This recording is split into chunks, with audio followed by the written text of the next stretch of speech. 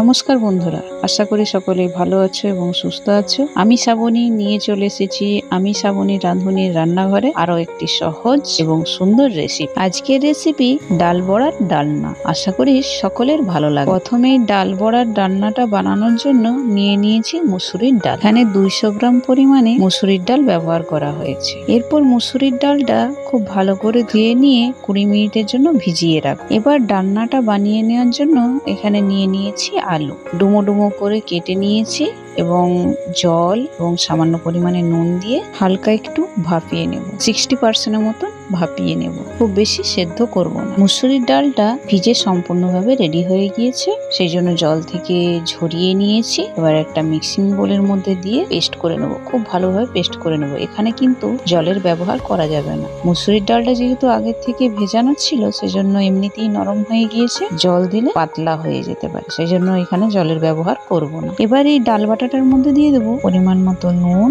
হলুদ গুঁড়ো এবং লঙ্কার গুঁড়ো। খুব ভালোভাবে সবকিছু মিক্স করে নেব এবং 5 মিনিট সময় নিয়ে খুব ভালোভাবে ফেটিয়ে নেব।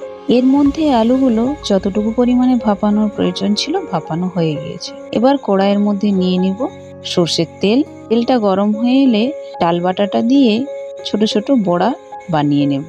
হাতের সাহায্যে বানিয়ে নিলে সবগুলো সমানভাবে বানানো হবে। উল্টে পাল্টে ভেজে নিয়ে হালকা লালচে বর্ণ হয়ে এলে তুলে নেব। একইভাবে বাকি বড়াগুলো বানিয়ে নিলাম।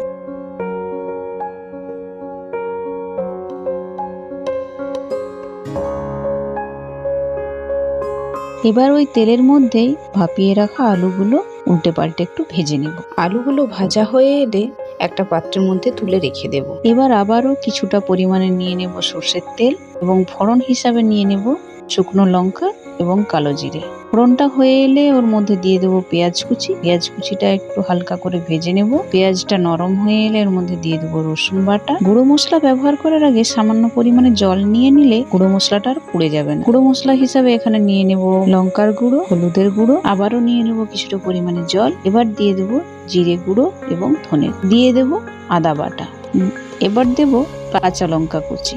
খুব ভালোভাবে সমস্ত মশলা মিক্স করে নিয়ে এবার দিয়ে দেব টমেটো সস। মশলাটা রেডি হয়ে এলে এর মধ্যে দিয়ে দেবো ভেজে রাখা আলুগুলো এবং পরিমাণ মতো নুন। আরও একটু সামান্য জল দিয়ে ভালো করে আলুটা কষিয়ে নেব এবং আলুটা কষানো হয়ে এলে পরিমাণ মতো জল নিয়ে ওর মধ্যে দিয়ে দেবো ডালের বড়াগুলো। ডালের বড়াগুলো দিয়ে আরও একবার কষিয়ে নিয়ে জল দিয়ে উপর থেকে ধনেপাতা ছড়িয়ে খুব ভালোভাবে ফুটিয়ে নেব।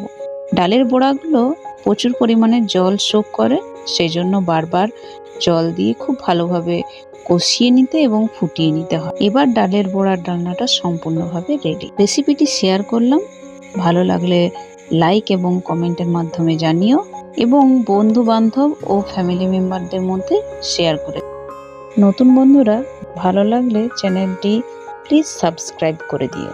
যে বন্ধুরা ফেসবুক থেকে দেখছো, ভালো লাগলে অবশ্যই পেজটি ফলো করে দিও।